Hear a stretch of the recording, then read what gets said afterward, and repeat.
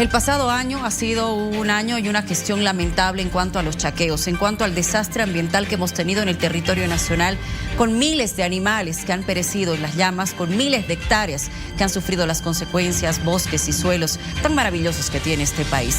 ¿Qué hacer? Nos estamos acercando a esta fecha o a esta etapa en donde hay quemas, algunas autorizadas y muchísimas otras que por supuesto no lo son. Repasemos algunos datos, Miriam. Exacto, y mira tú, las hectáreas quemadas el año pasado han sido 12.600.000 hectáreas. Dios mío. Más de 12,5 millones. ¿Quiénes han sido responsables de estas quemas? En primer lugar, asentamientos ilegales en áreas protegidas. Luego, también responsables ocupantes ilegales en tierras indígenas.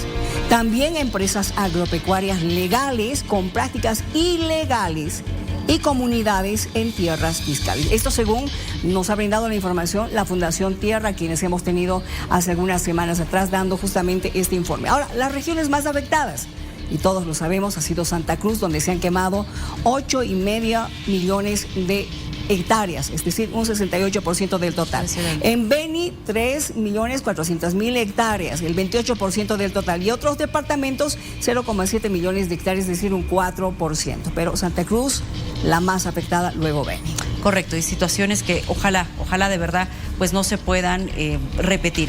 ¿Qué pasa con el tráfico de tierras? ¿Qué pasa con todas estas acciones ilegales que se desarrollan en el país? ¿Y qué pasa con la flora y fauna? Cecilia Requena, senadora, está con nosotros y ambientalista, especialista en estos temas, y nos acompaña hoy para hablar. Bienvenida. Muchísimas gracias por la invitación. Bueno, no son temas alentadores, pero son precisamente porque son tan graves y tan angustiantes, porque realmente si uno está consciente de lo que esto implica, por ejemplo, estamos perdiendo fuentes de agua y el agua es vital. Entonces nos tienen que mover a afrontar esto con los ojos bien abiertos y intentar por todos los medios hacer lo que cada quien pueda. Nosotros tenemos algunas propuestas, pero supongo que esta es una introducción, así que ahí me quedo. ¿Qué propuestas tienes? Voy a entrar directo al grano. Nos interesa. Vámonos. ¿Qué propuestas tienes? Porque, a ver, hay un dato que a mí me ha dolido muchísimo. El 2019 hablábamos de que bosques primarios se estaban quemando. Hoy ya no tenemos bosques primarios. Bueno, lo que es realmente cierto es que la cantidad de pérdida de bosque primario se ha duplicado, en algunos casos incluso triplicado, depende con qué lo comparas, pero en todo caso con respecto al año pasado sí, y eso es súper grave porque son bosques que han evolucionado durante millones de años, que tienen una biodiversidad que ni siquiera conocemos, apenas hemos podido clasificar los vertebrados, unas cuantas cosas no sabemos, o sea, ni siquiera sabemos el tesoro que estamos perdiendo, pero ya sabemos eso en términos de biodiversidad, que no deja de ser equilibrio climático, pero lo que sí estamos perdiendo es la fuente de los bosques. Entonces, la tendencia es terrible. La Fundación Tierra ha hecho un gran trabajo y ustedes lo han presentado. Buena parte de los incendios están ocurriendo en áreas protegidas, o sea, en lugares que el Estado debiera proteger. Claro. Y también en territorios indígenas, pero creo que el informe decía, no estaba en la síntesis, tierras fiscales, otra vez donde el gobierno debería proteger. Les hago recuerdo que el gobierno ha aprobado el mes pasado un decreto 5390, si mi memoria no me falla, donde justamente dice que si hay un avasallamiento en tierras forestales de producción permanente, la ABT va a poder dar ciertos mecanismos para ver cómo se va a producir, o sea, va a legalizar el avasallamiento y va a legalizar la deforestación, la deforestación con fines supuestamente productivos en áreas que no tienen vocación agropecuaria, y eso es importante saber porque la gente muchas veces dice, hay esta gente que impide el desarrollo. El desarrollo no es destruir la base de la vida, de ningún modo. Y el desarrollo, por tanto, tiene que respetar lo que son la vocación de los suelos. Los suelos, hay suelos que son forestales, hay suelos que sí son para ganadería, otros que sí son para agricultura, y eso no tenemos en Bolivia, es el ordenamiento territorial, y ahora voy a la propuesta por ahora, pero sí tenemos unos planes de uso del suelo departamentales que son muy vulnerables a las presiones políticas.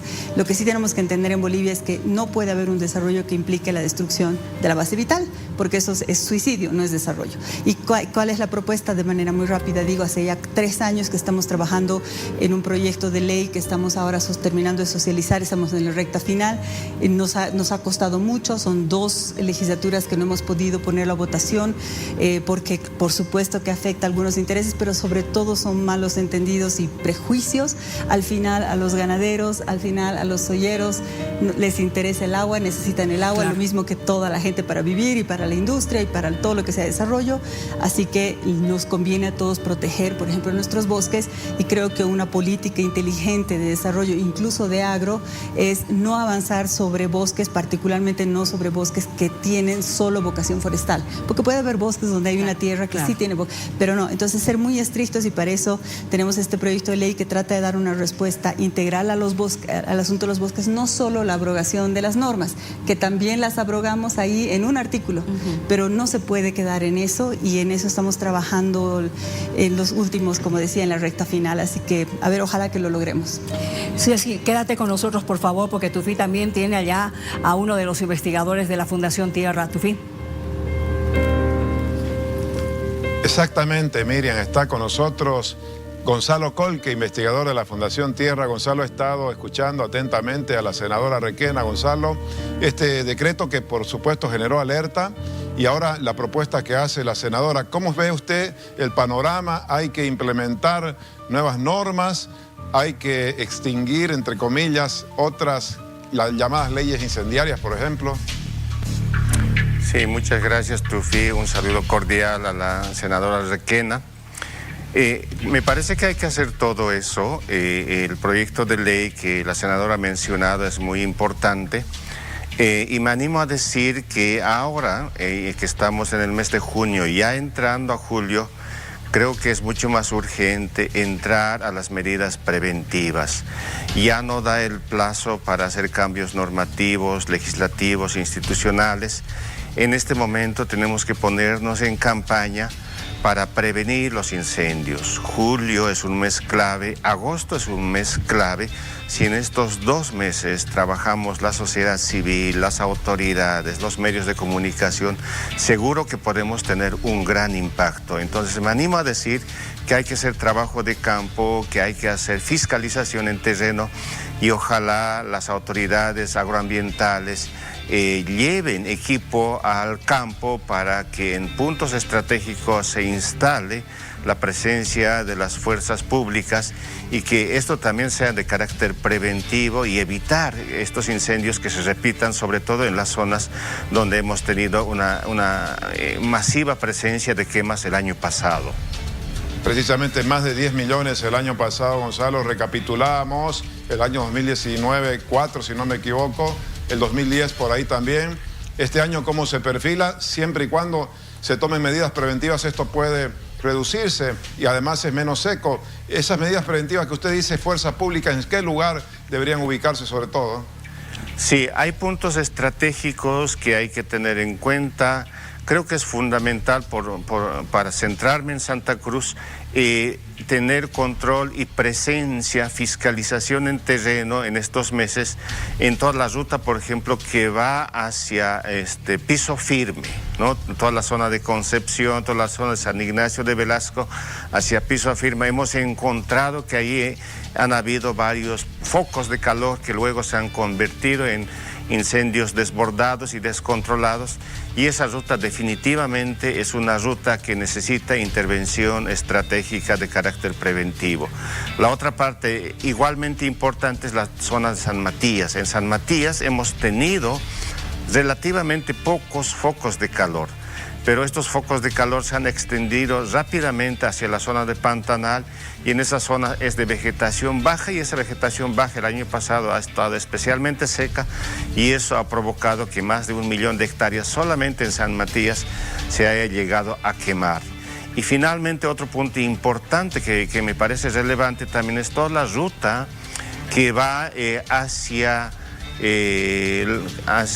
Guarayos, Ascensión de Guarayos, llegando hasta Benit. En toda esa ruta es importante tener presencia de las autoridades, de hacer fiscalización, de tener trabajo preventivo.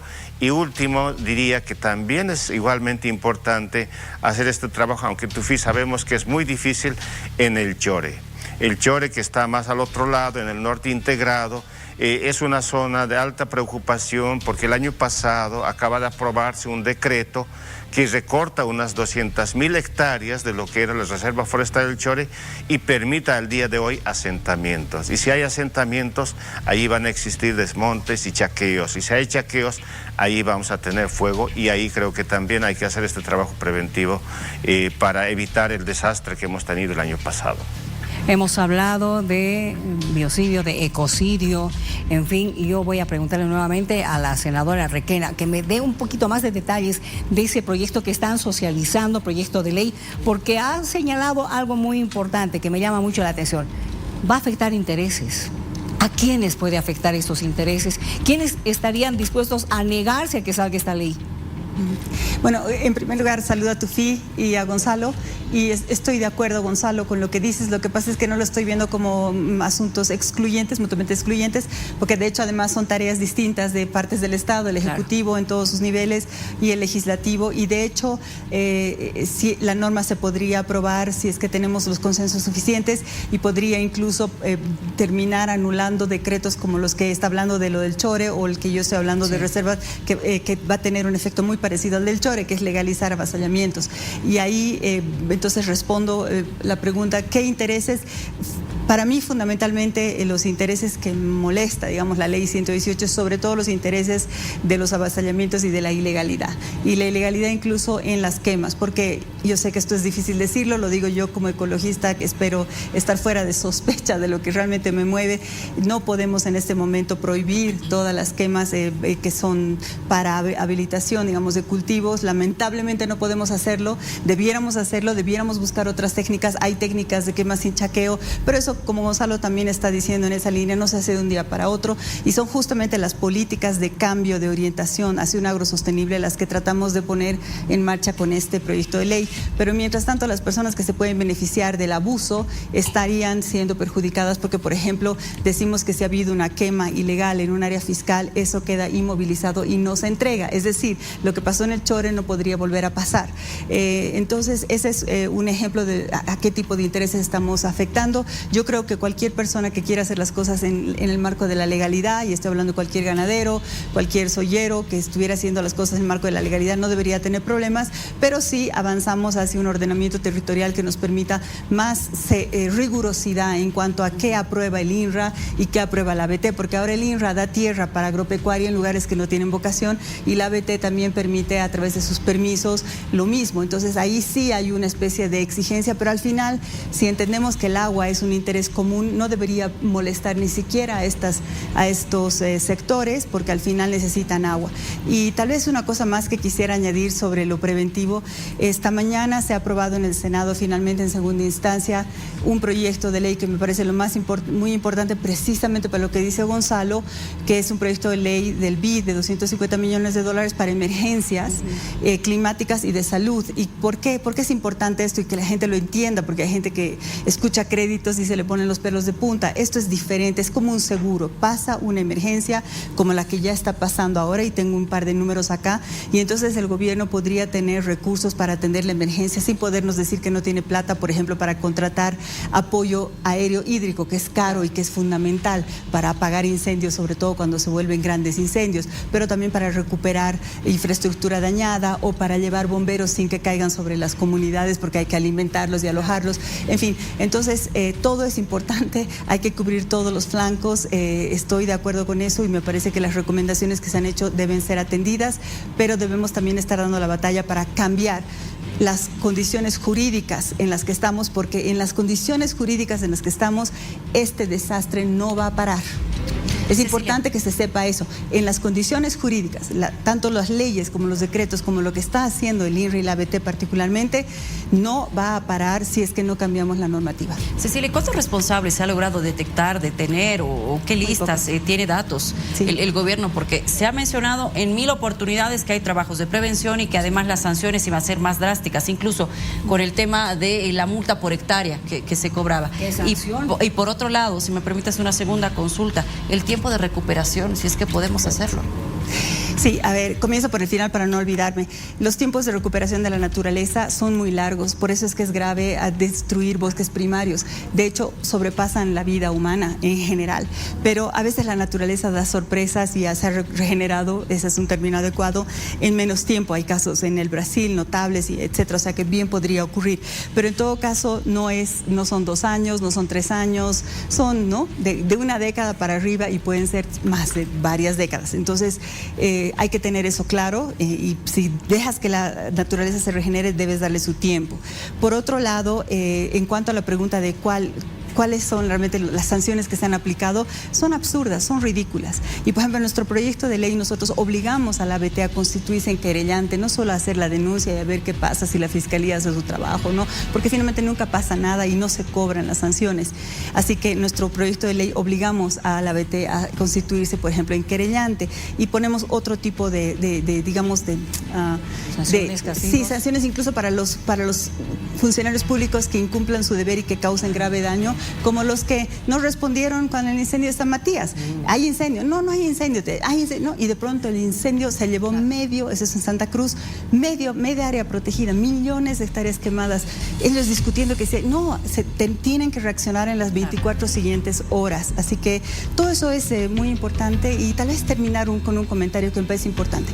No vamos a lograr detener los incendios a punta de sanciones. Las sanciones son apenas una ayuda, ¿no? O meter a la gente a la cárcel.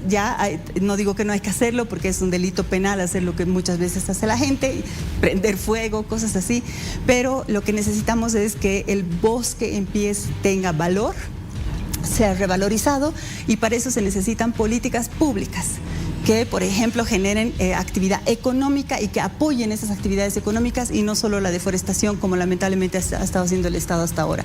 Eso debe quedar claro, porque si no, no nos va a alcanzar el Estado para perseguir a la gente. No lo vamos a resolver de esa manera. Tufi.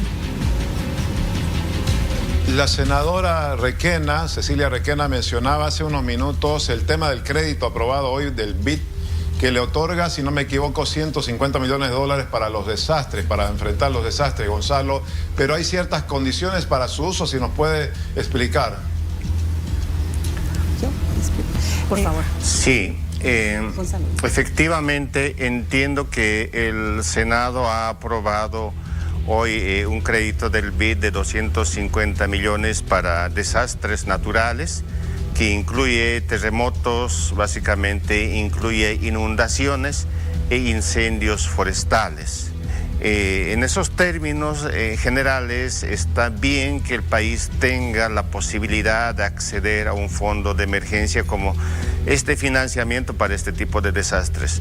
Lo que sí quiero señalar, aprovechando también que está aquí la senadora Requena, es que este fondo de financiamiento incluye en la categoría de desastres naturales los incendios forestales.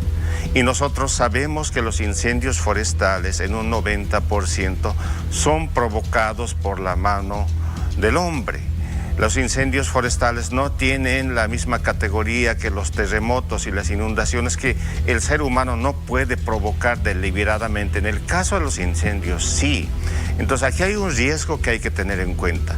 El proyecto de financiamiento establece 2 condiciones para el desembolso del dinero para incendios. Uno, que existan incendios forestales con una duración de 60 días y que este sería un indicador para activar el primer desembolso. Y segundo, que los incendios alcancen 1 millón de hectáreas quemadas.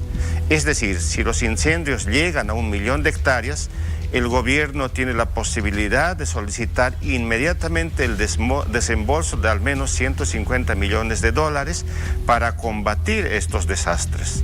Y en estas condiciones la pregunta que obviamente está sobre la mesa es si esto más bien podría de alguna manera hacer que aumenten estos incendios provocados. ¿no? Entonces hay cierto riesgo de que a título de que queremos conseguir financiamiento, en algunas zonas la gente tenga mayor libertad, menos fiscalización, de alguna manera cierto tipo de autorización para quemar los bosques. Creo que es un punto importante. No quiero decir que con esto no tenga la importancia económica que tiene un financiamiento así, pero es fundamental tener este monitoreo. Por favor, no lleguemos este año a provocar 1 millón de hectáreas a título de que con eso podemos acceder a un fondo de financiamiento, en este caso para emergencias. Bueno, Gonzalo, es importante esa recomendación que seguramente también la ha escuchado la senadora Luciana. Gracias, Tufi. Bien, le agradecemos muchísimo a la senadora Cecilia Requena por habernos acompañado, a Gonzalo Colque, investigador de Fundación Tierra, por darnos el detalle de esta información que por supuesto tiene que importarnos a todos los bolivianos.